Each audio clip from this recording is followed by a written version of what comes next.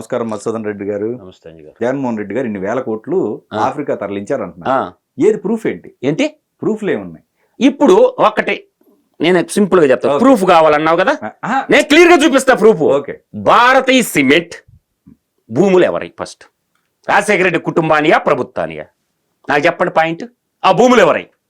ప్రజలై, కడప బిడ్డలై, కడప ప్రజలై ఆ భూములు.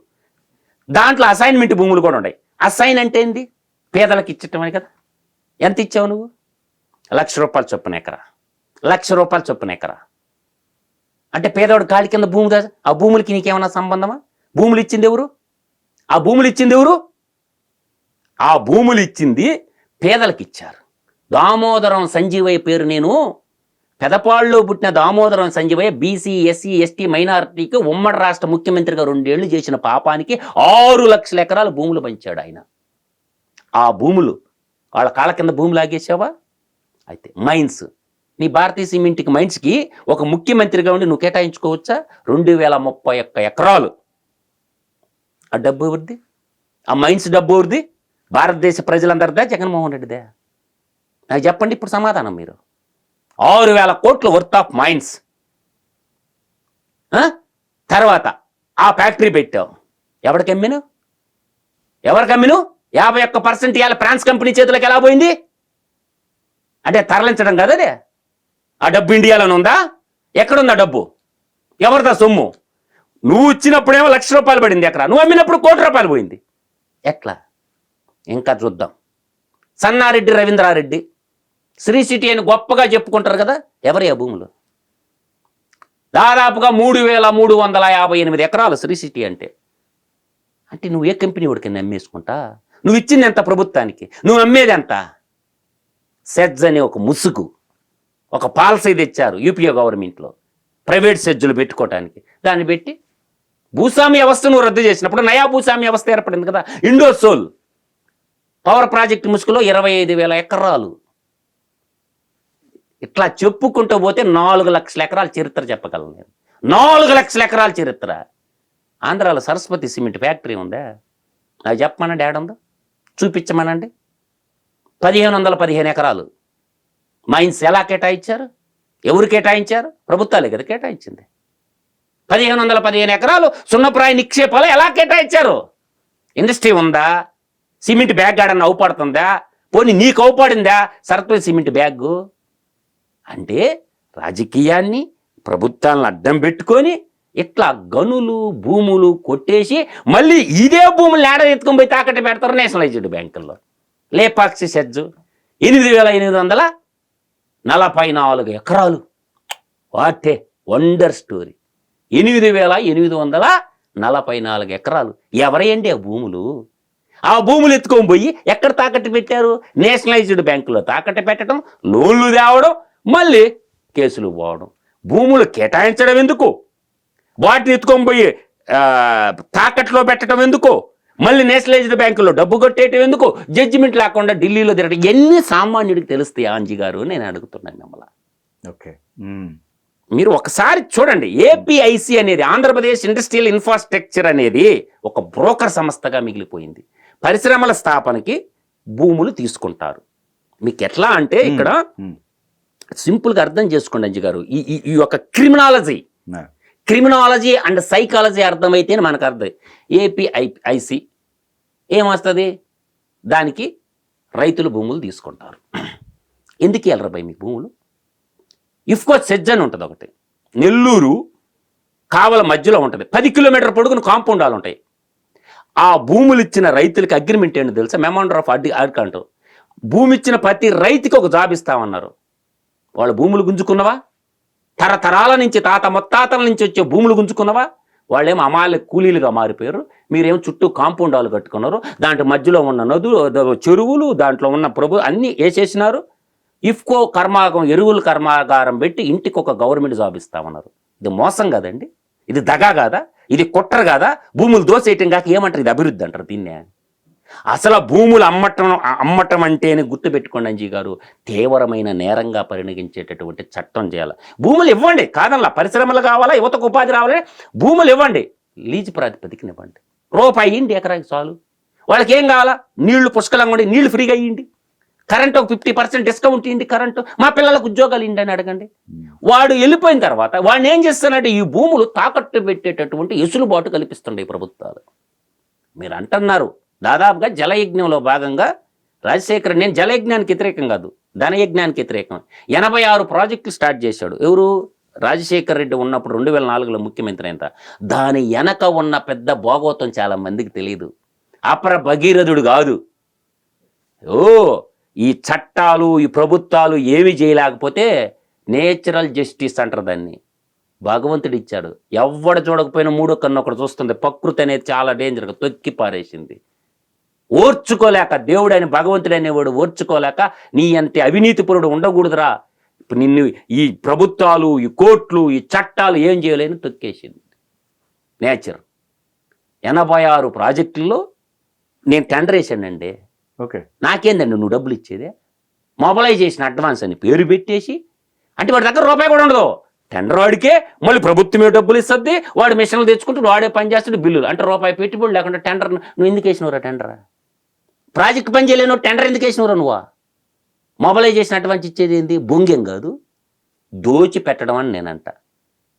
ఈ విధంగా చెప్పుకుంటూ పోతే అంజీ గారు, మహాభారతం వ్యాసుడు రాసిన 18 పర్వాలంత ఉంటుంది ఈ రాజకీయ నాయకుల దోపిడి. అడుగడుగున దోపిడీ అవపడుతుంది. ఈ వ్యవస్థని బాగుపరచాలంటే ఎవరో ఒకడు నడుం బిగించి పనిచేయాలి అంజీ గారు. ఏదో ఒక మీడియా రంగం కానీ ఎవరిని నెత్తిని పెట్టుకోవాల్సిన అవసరం లేదు. తప్పులు తప్పుగా చెప్పకపోవడం కూడా నేరమే అని నేను అంటాను. నీ దృష్టికి వచ్చింది సార్, ఇది కరెక్ట్ కాదు, ఇది మంచిది, ఇది కరెక్ట్ కాదు, ఇది మంచిది అని చెప్పడంలో తప్పే ఉంది. ఒక ముఖ్యమంత్రి ఒక్కడే, ముఖ్యమంత్రికి అల్టిమేట్ పవర్స్ ఉంటాయి అనుకోవటం మూర్ఖత్వం అంజి గారు. క్యాబినెట్ మంత్రుల్లో కూడా ఒక మంత్రే ముఖ్యమంత్రి. ముఖ్యమంత్రి ఒక్కడే బిల్లు పాస్ చేయమని నేను చూస్తా, క్యాబినెట్ ఆమోదం లేకుండా. ₹1 బిళ్ళ తీయమని నేను చూస్తా. పోనీ ఇంకోటి కూడా చెప్తాను అంజి గారు, ₹1000 పైన ఎంత ఖర్చు పెట్టాలన్నా అసెంబ్లీ ఆమోదం తీసుకోవాలి. అసెంబ్లీ ఆమోదం తీసుకోవాలి అంజి గారు. నా దగ్గర డబ్బులు ఉన్నాయి కదా, పన్నుల రూపంలో కట్టిన డబ్బులు నా ఇష్టం వచ్చినట్టు నేను వాడేసుకుంటాను అంటే కుదరదు. అసెంబ్లీ ఆమోదం తీసుకోవాలి. దాన్ని కాగ్ చేత ఆడిట్ చేయించాలా, కంప్యూటర్లు అండ్ ఆడిటర్ అండ్ కాన్స్టిట్యూషన్ బాడీయే కదా. వాళ్ళు ఏం రాసి ఉంటారో చదవమనండి. ఎంతమంది కాగితాలు ఇచ్చారండి ప్రభుత్వం? ఊరికి ఒకటి ఇవ్వమని చెప్పండి కాగ్ రిపోర్టు. ఈ ప్రభుత్వాలు ఎన్ని రోజులు ఉంటాయో నేను చూస్తా. కాగ్ అనేది స్వతంత్ర సంస్థే కదా, మన మాతృభాష ఏంది తెలుగులో కదా. తెలుగులో ముద్రం చేసి ఊరికి ఒక పుస్తకం ఇవ్వమని చాలు, ఏమొద్దు. నాలాంటి యువకులు ఎంతమంది తయారవుతారో ఎందుకు ఇవ్వటం లేదు? మీ 170 మంది ఎమ్మెల్యేల కాడ బడ్జెట్ పుస్తకాలు ఉంటాయి కదా, గ్రామానికి ఒక బడ్జెట్ పుస్తకం మీరు ఎందుకు పంచలేదు? మీ పథకాల పాంప్లెట్లు పంచుతారు కదా, బడ్జెట్ బుక్లు ఎందుకు పంచడం లేదు? ఓకే, ఇంకా చెప్తా. ఇప్పుడు రోజు డబ్బులు వస్తుండే అంజీ గారు ప్రభుత్వానికి పన్నుల రూపంలో అన్ని శాఖల నుంచి. R&B కావచ్చు, రిజిస్ట్రేషన్ శాఖ కావచ్చు, పోలీస్ డిపార్ట్మెంట్ కాదు, ఏదైనా కానీ పన్నుల రూపంలో ప్రజలు కట్టిన డబ్బు వస్తుంటుంది కదా, సంఘటిత నిధికి వస్తుంటుంది కదా. వివిధ రకాల పన్నుల రూపంలో కట్టిన డబ్బు, ట్యాక్సేషన్ రూపంలో వచ్చే డబ్బు కానీ, సెంట్రల్ స్పాన్సర్డ్ స్కీమ్ నుంచి వచ్చే డబ్బు కానీ, ఈ రోజు ఇంత అయింది. డే బై డే టెలికాస్ట్ ఎందుకు చేయడం? అయ్యండి PR మినిస్టర్, ఇదిగో ఈ రోజు మా ప్రభుత్వానికి ఇంత ఆదాయం వచ్చింది, దీనికి ఇన్ని బిల్లులు చెప్పి, ఆ బిల్లులు ఇచ్చిన వాళ్ళ పేర్లు ఎందుకు చెప్పారు? మీరు ఎందుకు బయట పెట్టరు? సంవత్సరానికి ఒక రోజు అసెంబ్లీలో కూర్చుండేది ఆడ చెప్పుకుంటారా? మీరు 175 మంది ప్రజలకు చెప్పరా? ఆ డబ్బు ఎవరిది? ప్రజలది కాదా? అసెంబ్లీ నడిచేది ప్రజల డబ్బే. ఇంకా చెప్తాను కావాలంటే, అసెంబ్లీ స్పీకర్ అన్నాడు, అడగండి మీరు, ఏ అసెంబ్లీ స్పీకర్ అని అడగండి. మనకి ఆస్తుల చిట్టా ప్రకటించేటప్పుడు గుర్తుపెట్టుకోండి అంజీ గారు, ఆస్తుల అప్పుల చిట్టా ప్రకటించేటప్పుడు కుటుంబం క్రైటీరియాగా తీసుకుంటాడు. ఎంతమందిని ఎంక్వైరీ చేయించారండి ఏ స్పీకర్ అయినా కానీ, ఏ అసెంబ్లీలో నేను? స్పీకర్ రైట్స్ ఉంటాయండి.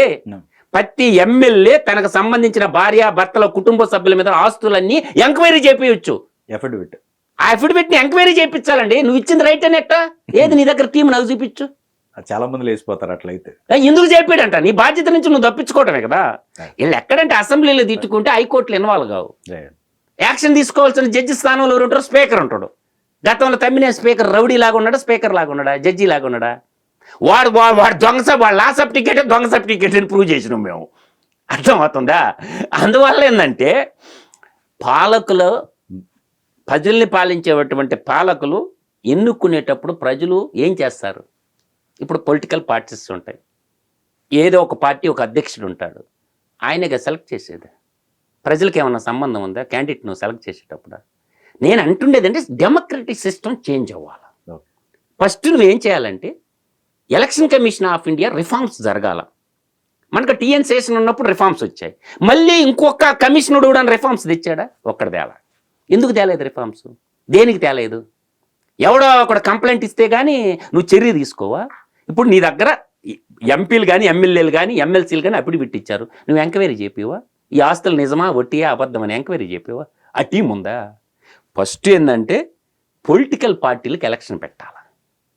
నువ్వు ఒక క్యాండిడేట్ని సెలెక్ట్ చేసావు, నీ పార్టీ కార్యకర్తలు మెంబర్షిప్ ఉంటుంది, వాళ్ళ చేత ఓటు వేపియాలి. ప్రజలు ఎవరికి మ్యాండేట్ ఇస్తే వాడికి బీఫామ్ ఇచ్చేటట్టు అధ్యక్షులు ఇచ్చేటట్టు చూడాలి. రుద్దుతున్నారు బలవంతంగా నాయకుల్ని. Any kind of political party. డబ్బు ఎవరుకుంటే వాళ్ళకి. డబ్బు కాదు అంజీ గారు, సిస్టాన్ని మార్చాల. ఇప్పుడు ఒక పార్టీకి మెంబర్షిప్ ఉంటుంది, ఇంకో పార్టీకి మెంబర్షిప్ ఉంటుంది. వీటి మీద ఓటింగ్ ఎందుకు పెట్టదు ఎలక్షన్ కమిషను? సెలక్షన్ ప్రాసెస్లోనే చీటింగ్ ఉంది. ఎవరినో ఒకటి పార్టీ అధ్యక్షుడు అక్కడ పెడతారు, వాడికి చచ్చినట్టు ఆ పార్టీ వాళ్ళందరూ మనస్సాక్షిని చంపుకొని ఓటు వేయాలి. అర్థమవుతుందా? చాలా డెప్త్ ఈ సబ్జెక్ట్ లోకి వెళ్తే ఇంకా చాలా డెప్త్. ఇదేనే కాదు, మార్పు పరిమాణ క్రమం చెందాలి. ఎక్కడికెక్కడికి పరిమాణ క్రమం చెందాలి. మీరు అంటారు డబ్బు అని, ఇది సారంగి. ఏం డబ్బు ఉంది? ప్రతాప్ సింగ్ సారంగి ఒరిస్సా రోడ్డు మీద పోనుకుంటాడు, ఒక సన్యాసి. గెలిపించాల ప్రజల? ప్రతాప్ సింగ్ సారంగ్ డబ్బులు ఉన్నాయా? కొన్ని ప్లేసెస్ లో, బట్ కొన్ని ప్లేసెస్ లో కాదు. ఈ దరిద్రం 4 రాష్ట్రాల్లో నంజి గారు మీరు గుర్తుపెట్టుకోండి. తెలంగాణ, సీమాంధ్రప్రదేశ్, తమిళనాడు, కర్ణాటక. సౌత్ లో కూడా అన్ని. కేరళలో ఉండదు ఇంత డబ్బు ఎక్స్పెండిచర్ కేరళలో ఉండదు. నేను ఎందుకంటే మా సుభాష్ సేన, మా జైహింద్ సేవక్ ఆర్గనైజేషన్ లో నేను భారతదేశం అంతా వర్క్ చేశాను, నాకు బాగా తెలుసు. అందువల్ల ఏంటంటే నేనేదో ఆంధ్రప్రదేశ్ రాష్ట్రానికి సంబంధించిన అనగాకండి, నేను 20 ఏళ్ళు గుజరాత్, మహారాష్ట్ర, తెలంగాణ, ఆంధ్రప్రదేశ్, తమిళనాడు, కర్ణాటక, కేరళలో ఒక 2-3 జిల్లాలు, గోవా దాకా. ఈ చెయ్యైన కెమికల్ ప్లాంట్ లేదంటే నువ్వు నమ్మతా? ఈ చెయ్యైన కెమికల్ ప్లాంటే లేదు. అందువల్ల ఏంటంటే నాకు తెలియని భోగోతాలు కాదు ఇవన్నీ కూడా. అందువల్ల నేను పరిపూర్ణ అవగాహనతో మాట్లాడుతాను, అవగాహన లేక మాట్లాడటంలా.